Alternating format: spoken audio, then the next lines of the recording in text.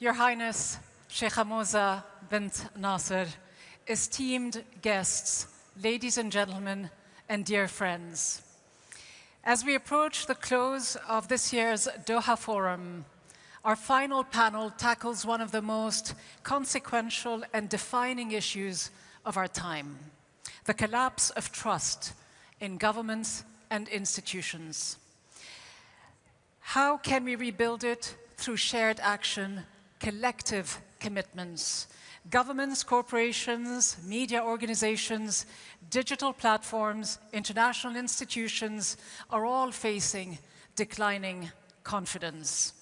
Many countries in the Middle East and in Africa have endured long histories of colonialism, resource extraction, exploitation, illegal military interventions, and brutal occupations. For decades, if not hundreds of years, there has been systemic, structural exploitation that has shaped today's inequalities. What does true justice, which is the theme of the Doha Forum this year, what does true justice for nations and peoples who have been scarred by these structural injustices look like? Should it be shaped by the countries themselves or imposed by external powers? It is my privilege to moderate this closing panel with our distinguished panelists. May I invite to join me here on stage His Excellency Hassan Sheikh Mohamud, President of the Federal Republic of Somalia, His Excellency Abdullah Al-Alimi Bawazir, Vice President of the Republic of Yemen, and last but not least, Francesca Albanese, the UN Special Rapporteur on the situation of human rights in the occupied Palestinian territories.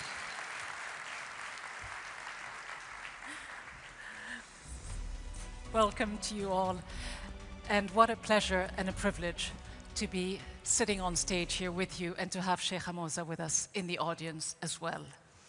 Let me begin with you, President Hassan Sheikh Mohamud. We talk about the issue of injustice and inequality, the loss of trust, but looking at Somalia's own history, briefly, one can say that it has been deeply shaped by foreign domination, colonialism. Its scars run very deep. It has been carved by colonial powers, the British, the French, the Italians, propped up by foreign backers as well, and left to struggle on its own, not just under the weight of decades of exploitation, but also decades of civil war, corruption, and security challenges. Let me ask you from your perspective, Mr. President, in Somalia, what are the key steps that you feel need to be taken to rebuild confidence and accountability? Thank you very much, and it's a great pleasure and honor for me to be here. Very much grateful with the presence of Her Highness Sheikh Mohamud. Thank you very much for offering us this opportunity. The issue of the justice is one of the fundamental issues that are staying in the world globally today, and in Africa in particular. Most of us, we have inherited a colonial justice system that might not be transcendent to our way of life, our culture, our values, and our beliefs as well. So that's one. The culture, not only the articles and the laws that are in place, but the way those laws have been accepted by the people. If the justice system does not have acceptance from the people, however it's good, it's beautiful, it will not work. In line with that, if I take the case of Somalia, as you rightly said, we didn't even inherit one justice system. We inherited from the colonial powers different justice systems. But however, we united those systems, but again, it didn't work for us for some time. Now, what we do is that Somalia has become a federal government with a level of autonomy to the local administrations and management of the people. So we decided to take the justice close to the people, number one. The people must have access to the at the lowest, the farthest corner of the country everywhere. That is number one. Number two is whether the justice is based on the values. Somalia, the population of Somalia is 100% Muslims, Sunni Muslims, Shafi'i madhab, but even then, they have to see it,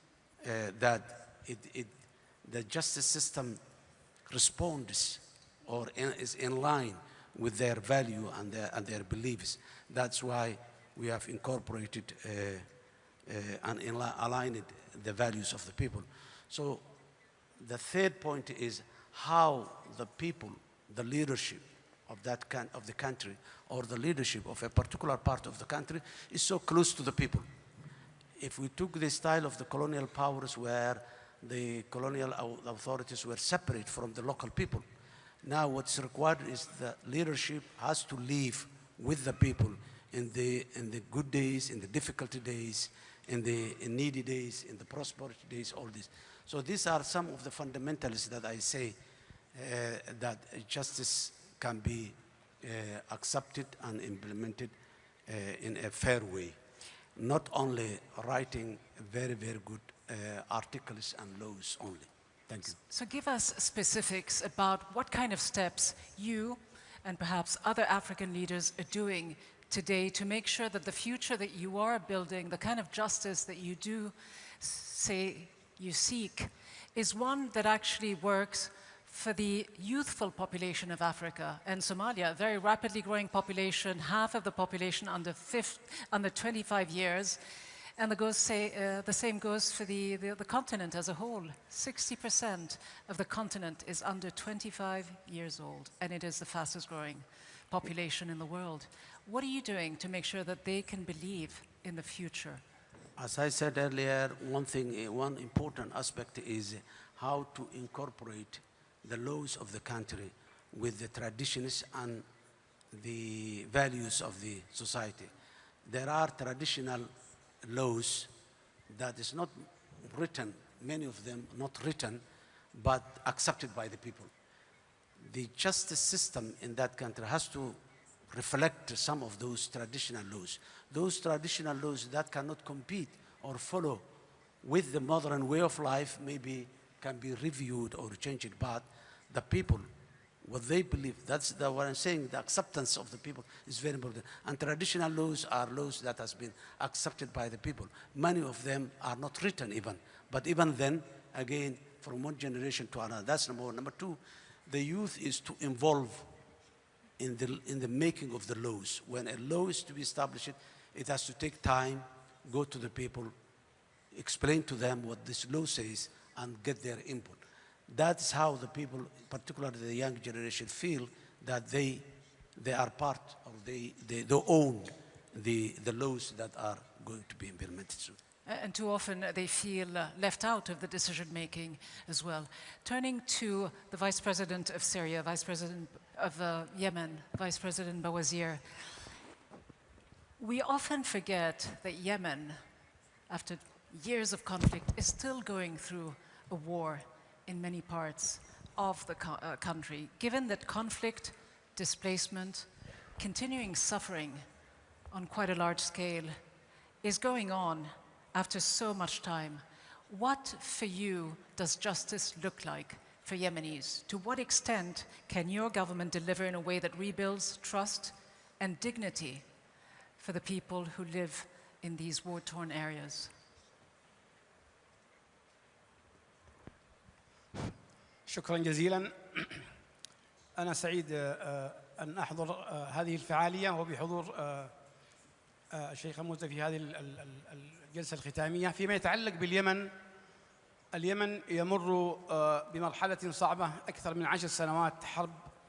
كان اليمنيين على أعتاب مرحلة جديدة في بناء دولتهم بعد حوار وطني شامل في العام 2012 و13 استمر لأشهر، ووضعوا تصور لبناء دولة يمنية مدنية حديثة قائمة على العدالة، قائمة على أن تكون هناك حكم رشيد وتوزيع عادل للسلطة والثروة، وبدأوا بوضع دستور جديد للبلاد.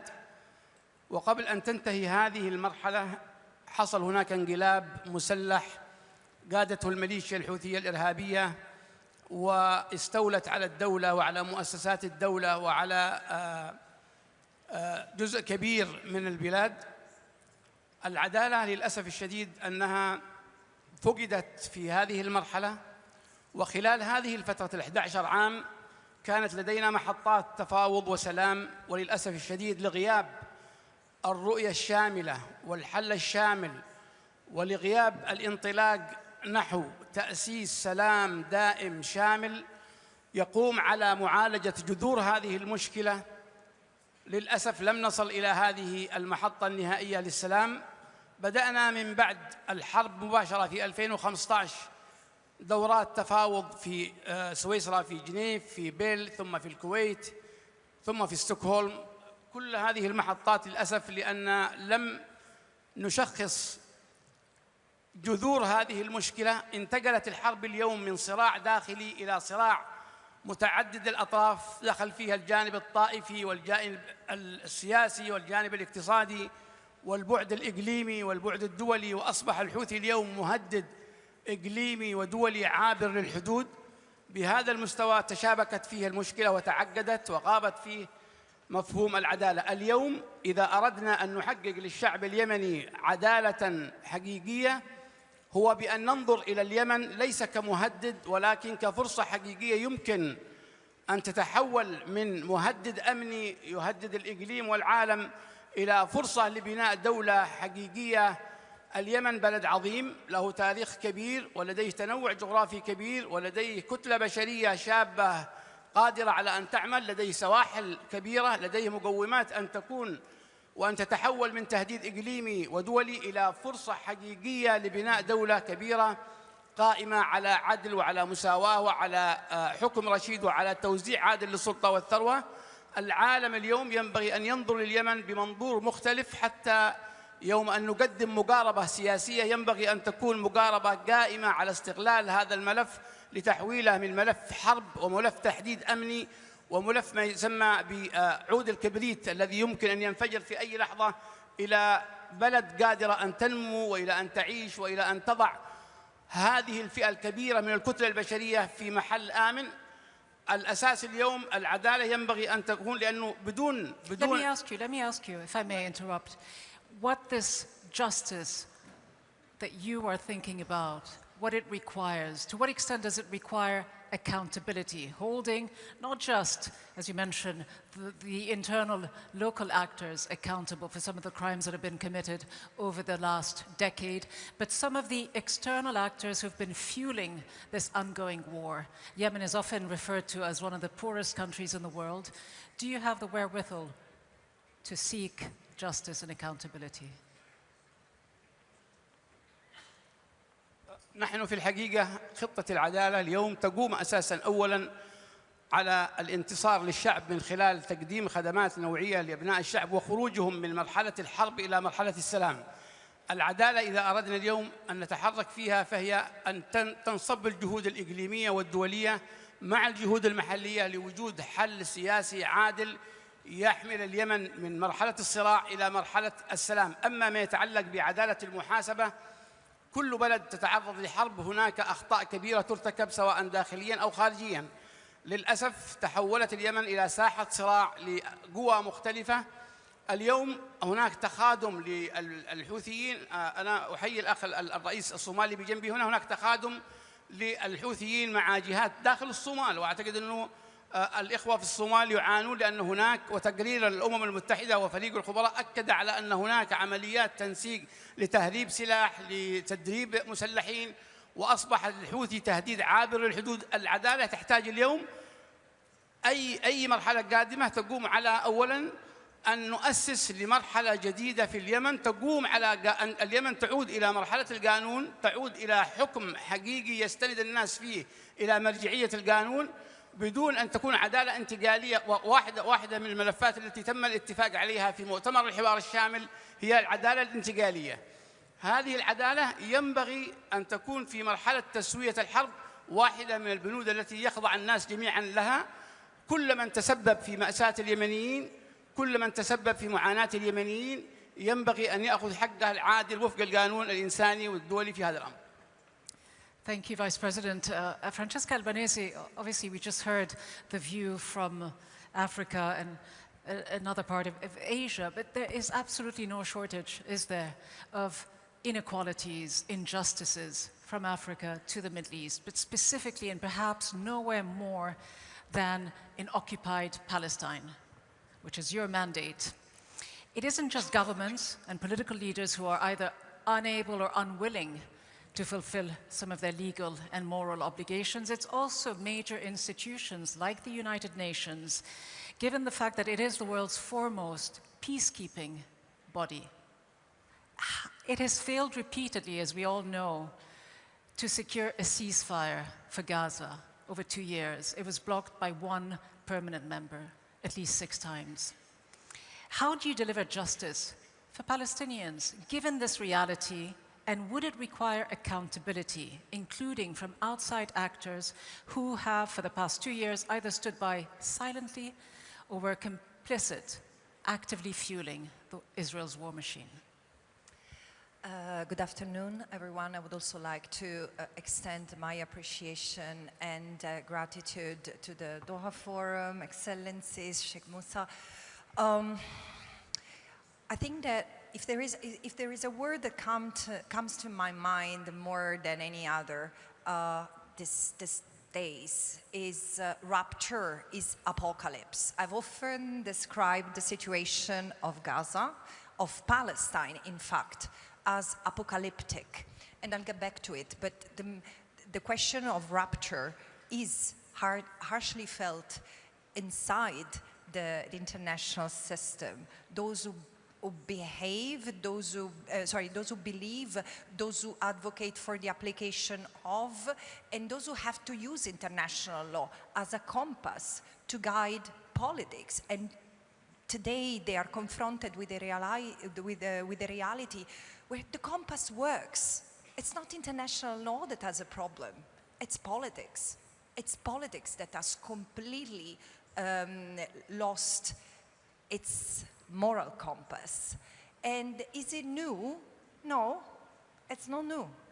Palestine bears testament to all injustices that other parts of the world, like Somalia, Yemen, and many others of distinguished representatives who are here today speak to. What I think, and also the breaking of the trust into the political system, I'm equally horrified as a lawyer, as a special rapporteur, to see the United Nations, the organizations whose very existence is connected to the never again, to the crimes, to the horrible, abominable crimes that were committed during World War II, to make sure that we do not get there again, that never again is really respected, to preserve peace and stability, premised upon the respect of everyone's dignity and equality. I'm equally horrified, I was saying, to see that, yes, it took 2 years to arrive, to vote, to pass a resolution that included the ceasefire, but also the fact that now the ceasefire has been agreed upon. This is becoming the new tool for Israel to continue the genocide, to continue what the genocide didn't achieve, the ethnic cleansing of Palestine, the total crushing of the Palestinians' right to self-determination. And this is why I say this is a moment that calls for full introspection and realization of how are we making to repair that trust. Because the trust that is at the basis of the social contract that exists at the domestic level in democracies, but also at the international level in the United Nations, is under test today. If you see, for one thing, I'm proud to be a Western person, a European today, is not just because of the system of values premised upon the respect of international law, the rule of law, or equality before the law. No, it's the young people, the young generation, which in the West has been the first from the United States to Europe to Australia and other places, former colonies, former settler colonial endeavors, they have stood up against the genocide. They have been the first to protest, followed by the workers. And what they have been met with?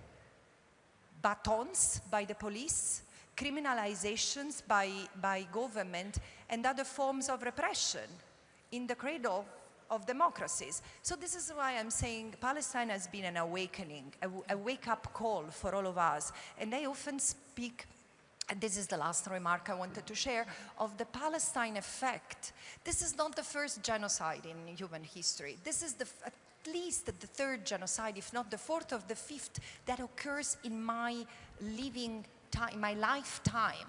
This is the first genocide that awakens global conscience and global response.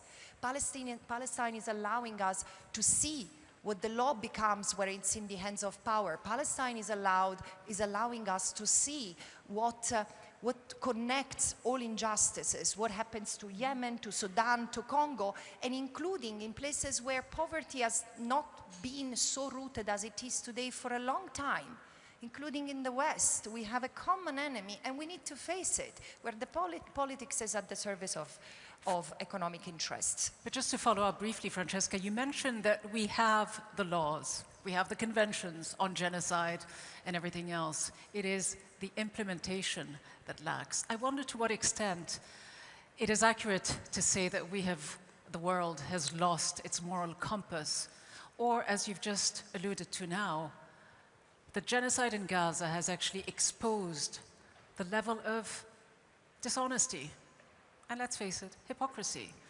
within the Western world particularly. So to that point, and another one that I want to ask you about very briefly before I move on to our other two speakers, you are the first UN Special Rapporteur to ever have been sanctioned by any state. The United States imposed sanctions on you for simply doing your job, for publishing reports that have taken on corporations and governments that you believe have been complicit in Israel's genocide in Gaza. You refuse to be intimidated. You and I had a conversation a few days ago. You say you will not be intimidated, but surely it must do something to the rule of law, and anyone willing to uphold it despite this campaign of intimidation and bullying. Look, does it? What happens to me is what happens to anyone who stands in solidarity, not with the Palestinian people, with justice. Because today, the international, what the United States sanctioning me is telling to the international system is, we don't need you. And this is the culmination of a series of attacks, of a series of aggressions, a smear campaign. Everyone who's been trying to infuse an ounce of respect for international law in the context of the aggression on Gaza has been accused of anti-Semitism, supporting terrorism, from the Pope to the Secretary General, and of course, special rapporteurs among others. So I could speak to what has happened to me, and what I think is so pernicious of this is the tolerance. So you ask me why you do not, why do you continue? Why do you persist? Because what I'm left with is my dignity, and it's my voice. And while no member states have done what I think should be done, getting together, standing together, and standing up against the United States and tell enough, this is a violation. This is the first UN person who's been sanctioned in 80 years of UN life, and it cannot constitute a precedent. It's illegal. It's against the UN Charter. It's against the Convention on Privileges and Immunities. And so, please, you have to withdraw the sanctions. No member state has done it. It doesn't speak to my courage. It speaks to the broad cowardice that exists in the international community, and I cannot be held accountable for that. But, there is a but. I will not be silenced till I will have breath in my lungs. I will continue to advocate for justice, not as a lawyer, not as the special rapporteur for the occupied Palestinian territory, but as a mother, as a mother who doesn't want that the brutality that has been unleashed day in and day out with the complacency and the complicity of so many governments, especially from the part of the world I come from, will become the rule. I cannot accept as a mother that this is normalized, and this is why I keep on saying we still have time. What we are using is not something we have inherited from our ancestors. It's something that we are borrowing, and let me be very honest, we are stealing from our children, and this is why I think let's take it as an opportunity to change.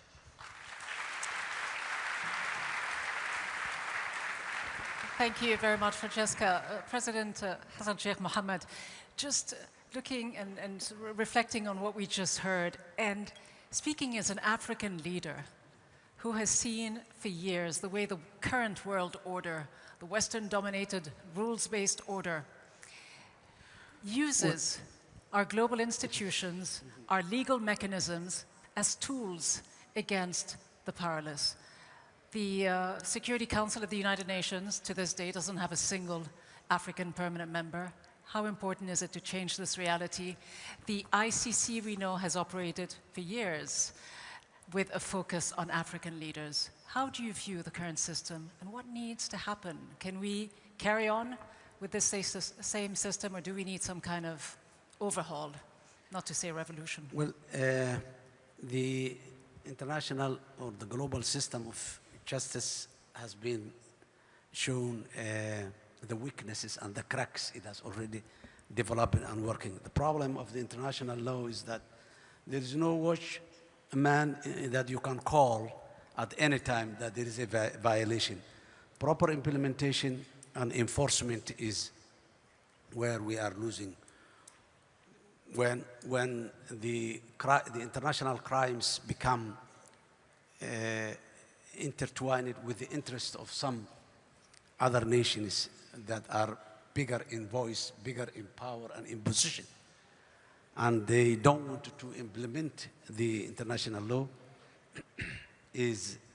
international law is there to protect the weak at the global level. Nations that have no bigger voice, nations that have no military capability to defend their interests, all these were the establishment, but unfortunately, it's not working that way, as you said. What has happened in Gaza was really a very good demonstration for the weakness of the international law that has happened. So what needs to happen to change this? Because we are now seeing the emergence of smaller actors in the developing world, especially the global south, like South Africa and others, take on the big powers. There is always a voice, and it's growing, that many of the international systems that were established or founded after the Second World War is not functioning or is not functioning properly. So review of all, including the major institutions like the United Nations, is now under discussion. The voice is there, but still there are obstacles on the way to do the necessary review for that. Somalia, being a non-permanent member of the United Nations Security Council right now, we are advocating for that purpose, and I believe that it's getting momentum. It's a matter of time before that happens. That is the international or the global order or system. If I go back to the countries, there are so many challenges in Somalia, and countries like Somalia, post-conflict, fragile countries. This is the story. But there are also opportunities in it to review the whole systems in place. So, said earlier, and said my colleagues as well, trust. However, the system is beautiful and good. If the people that this system serves does not believe it, does not have the trust on it, it doesn't work, and it cannot work. So one of the main reasons is how can we make our people trust the system? As I said earlier, one of the things is that they need to feel ownership of the system. They should not see the system as imposed by higher authorities or by foreigners or by other interests. They need to feel that this is theirs, their contribution, their ideas, their worries, their wishes are there in it is very important. The second aspect is that how can we make trust is earned. You cannot impose trust, or you cannot push trust. It's earned. You have to earn the trust. The system of justice has to earn the trust. And in order to earn, structurally, it has to be built. How far the system is independent from political interference. How far the system is structured and the people running the system are credible people. These are some of the important issues. How far the system advocates for equal distribution of resources and opportunities in that particular country. When these measures are there and when these measures are sold to the people, that it's true, then only so in Somalia now we're establishing structures that are independent from the politics, like independent judicial service commission that's independent from the other administration. We are serving also structures like Human Rights Commission, anti-money laundering status, anti-corruption. So these structures are voices, or structures where the people can go without going to the minister or to the parliamentarian or to directly someone who is free from all these influences. That's also the structural system of the justice system. Of course, and they require not just people's participation, but transparency as well from the government. But talking about one fragile state and moving on to another, Yemen, again, Vice President Bawazir, not just looking at the structural changes that you need to do internally, but looking at the global system. Yemen being a very interesting case in point, a war that has gone on so many years with the Security Council standing by, violations happening probably on a daily basis. It's far away from the news. It's dropped off the radars. What needs to happen? How important is it for you that something fundamental changes in the international global system? شكرا جزيلا.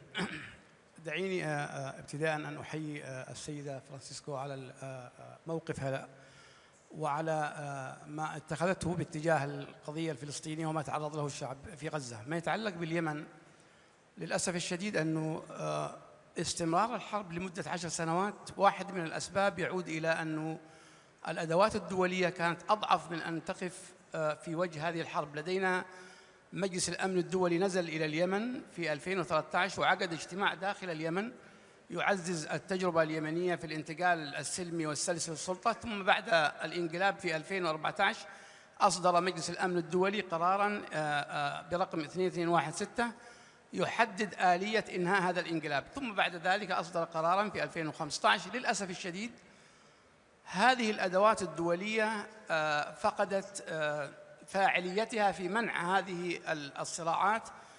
لنا اليوم أكثر من 11 عام في هذه الحرب، ولدينا قرارات ومرجعيات دولية ومرجعيات إقليمية ومرجعيات محلية، ومع هذا للأسف الشديد لم تساهم في إنهاء الصراع أو إنهاء الحرب. مجلس الأمن الدولي لدينا الآن مبعوث للأمم المتحدة خاص باليمن طيلة هذه الفترة، وأشرف على عدد من جولات التفاوض، لكن هناك غياب لدور دولي فاعل حقيقي وجاد لإنهاء الصراع في اليمن.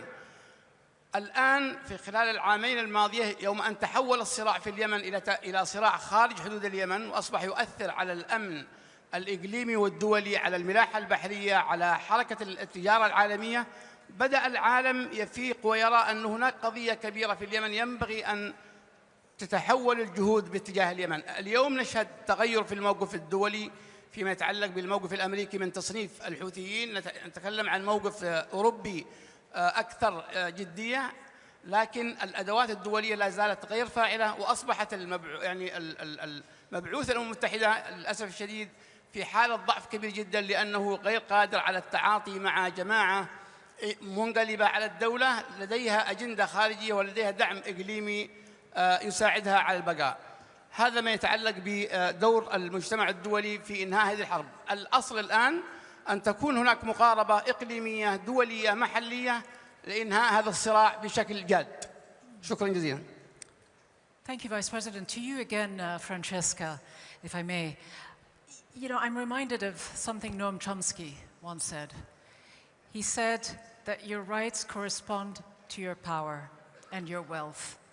Do you believe that is true in the Palestinian context, in the sense that the Palestinian people do not have much international support, not on a popular level, but with governments, because of their lack of power and wealth to a certain degree? As a European, do you think this is a turning point? Yes, yes, I think it's a turning point. And also this is what is so interesting about the history of Palestine. I was recently in South Africa, where I realized something beautiful that surprised me. We tend to think as Nelson Mandela quite as a unique, and he was a very special man. But if you go to South Africa, you realize that Nelson Mandela couldn't have been born in any other country, in the sense that the South Africans have a strength that it's almost incomparable to anything I've seen. Why? Because this is a people that has really fought for centuries, and one of the most horrible forms of settler colonial domination, and which in the last 50 years of its life were known as apartheid. But Nelson Mandela was one of the most famous quotes of his is, South Africa, we will not be free until Palestine is free. What did he mean? Why didn't he say Somalia or Yemen or any other country? Because of something that linked South Africa and Palestine. It's the European settler colonial mentality that still underpins what Israel is doing to the Palestinian people, and especially in the occupied Palestinian territory. So do I see a moment of redemption? Absolutely. And it's in the power of the Palestinians, because they have not been defeated, they still, and I'm not talking of armed resistance, no, I'm talking of resilience. Sumud, which is the most defining value for the Palestinian people, has become a universal term.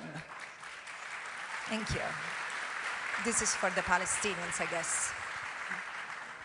People in Europe know what Sumud means, and its resilience, and its steadfastness. And is it an opportunity for the governments? Yes.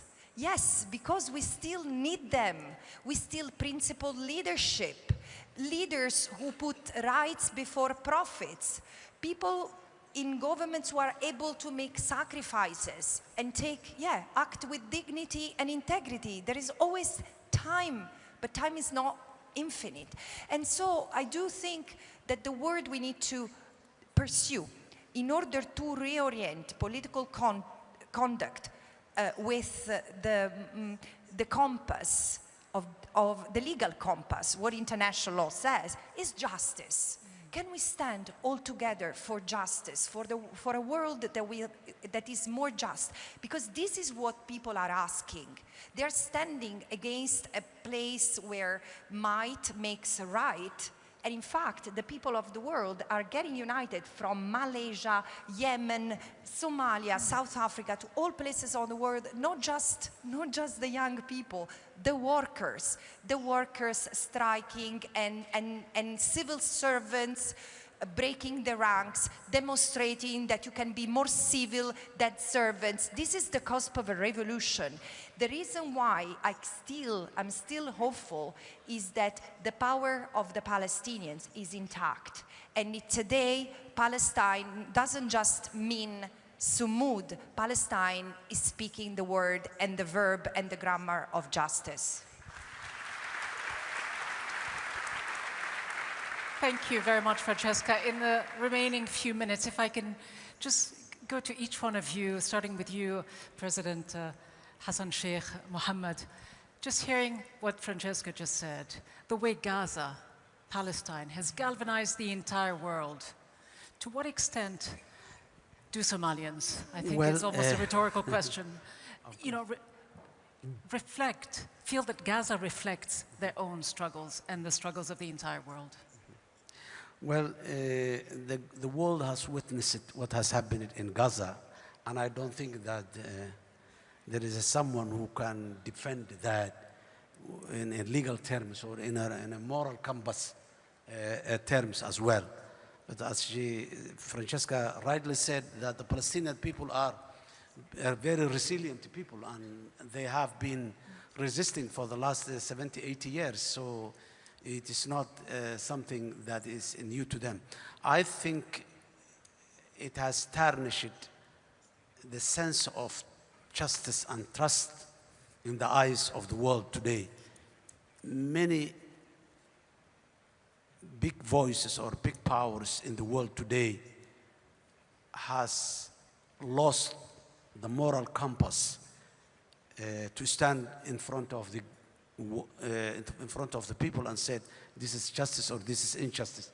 I think the whole globe, the whole world, the international community as a global has a stand with the Palestinians. That's a proof that what has happened in Gaza has no morality in the human sense of morality.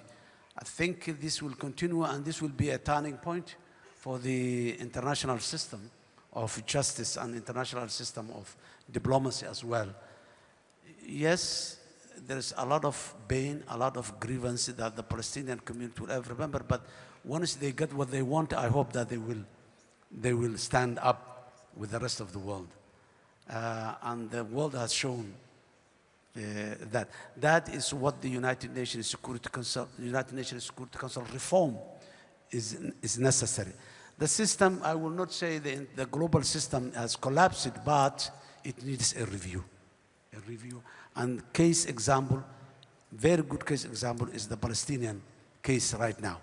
Thank you. Thank you very much indeed, President Hassan Sheikh Mohamud. To you, Vice President Bawazir, your final thoughts on the situation in Gaza, the injustices faced by the Palestinian people, their struggle. How optimistic are you that this is a pivotal moment that has awakened the world and that will force change and justice? في الحقيقة أنه ما تعرضت له غزة وما تعرض له فلسطين كان وصمة وعار في جبين العالم جميعاً. لكن دعيني هنا في هذه اللحظة أن أحيي الدور الرائد والكبير لدولة قطر والجهود الكبيرة التي قادتها مع إخوانهم في مصر ومع باقي الجهود في محاولة لرفع الظلم والضيم الذي تعرض له الشعب الفلسطيني. الذي حصل في غزة يندى له الجبين. هناك صمود عجيب وهناك درس للإنسانية جميعاً فيما يتعلق بصمود الفلسطينيين وتضحياتهم وصبرهم وحجم الألم والمعاناة التي تعرضوا لها كبير جداً. وللأسف كان امتحان صعب لكل المؤسسات الدولية ولكل الفاعلين الدوليين، بل أثبت أن هناك أو أن الضمير العالمي مر بمرحلة موت أو تعليق للحياة لفترة فيما يتعلق بالمرحلة التي عاشها الشعب الفلسطيني في غزة من ظروف صعبة. نتوقع أنه ونأمل رغم أنه لا زالت الجهود تمر في مرحلة حرجة، نأمل أن الشعب الفلسطيني يمر من هذه المرحلة إلى مرحلة أكثر استقرار وسلام. الشعب الفلسطيني يستحق أن يعيش كريماً عزيزاً على أرضه وتحت سماء بلاده. نتمنى أنه يحل الأمن والاستقرار والسلام في فلسطين وفي أرض غزة. وشكراً مرة أخرى للجهود التي بذلت من دولة قطر في هذا الشأن. Thank you, Vice President Bawazir. Francesca, I must end with you. You get the final thought. We've got 3.5 minutes. I know that you've been warning, haven't you, that we are misusing our resources, that we have a finite time on this earth, and that we must do more when we can. You said to me a few days ago that the mask has fallen and that without popular action, justice will not be delivered. So the question is, do you believe meaningful justice can still be achieved? And what must we all do, not just governments, but all of us? Yes, so let me end on a positive note. And this is not just to re-energize the discussion, but because I really believe that we can still make it better. And it's through justice. But first, let me take 1 minute to share a reflection that I hope will be a seed, will plant a seed of curiosity in you. Some scholars have written an article titled, "Palestine is a feminist issue." And this is so powerfully true. In the beginning, I was saying, no, what does it mean? I thought that it was referring to the fact that the feminist movement, especially in the West, had not been very close to the fate of the Palestinians. Is not that. It's about emancipation from oppressive structures of power that speak patriarchy. It's true at the domestic level, it's true at the international level. Because look at the way, for example, the International Criminal Court, Palestinian Human Rights Organization, a UN Special Rapporteur are being sanctioned. This is a slap in the face of the system. And it doesn't come from someone who respects the rules. It's someone who feels above the rules. And this is why I'm saying we need to break the system, not in a peaceful way. And we can. How do we do that? Through respecting the rules ourselves, first and foremost. And this is why the answer to your question, Rida, is justice. The International Court of Justice has already spoken. It has said that in order to end the violence in the case of Palestine, Israel must put an end to its unlawful occupation. It must withdraw the troops, dismantle the colonies, and stop exploiting Palestinian resources. What else do we need? The court has spoken. So let's follow this. Let's not impose further conditions of brutality on the Palestinians. At the moment, they are still being genocided. So this is a call for humanity and compassion. Justice goes through accountability, for sure, to international courts, through domestic courts, but first and foremost, it requires a change of mentality and a change of mind and a change of heart in every one of us. Change and peace is in every step. So let's make it happen as we leave this room today. Thank you. A call to action. Thank you very much, Francesca Albanese, Vice President Bawazir, and President Mohamud. Thank you all very much indeed. And as I invite you to regain your seats, we will move straight into our closing ceremony here. As we come to the end of the official program of the 2025 Doha Forum, we are honored to have with us this year, for the first time, someone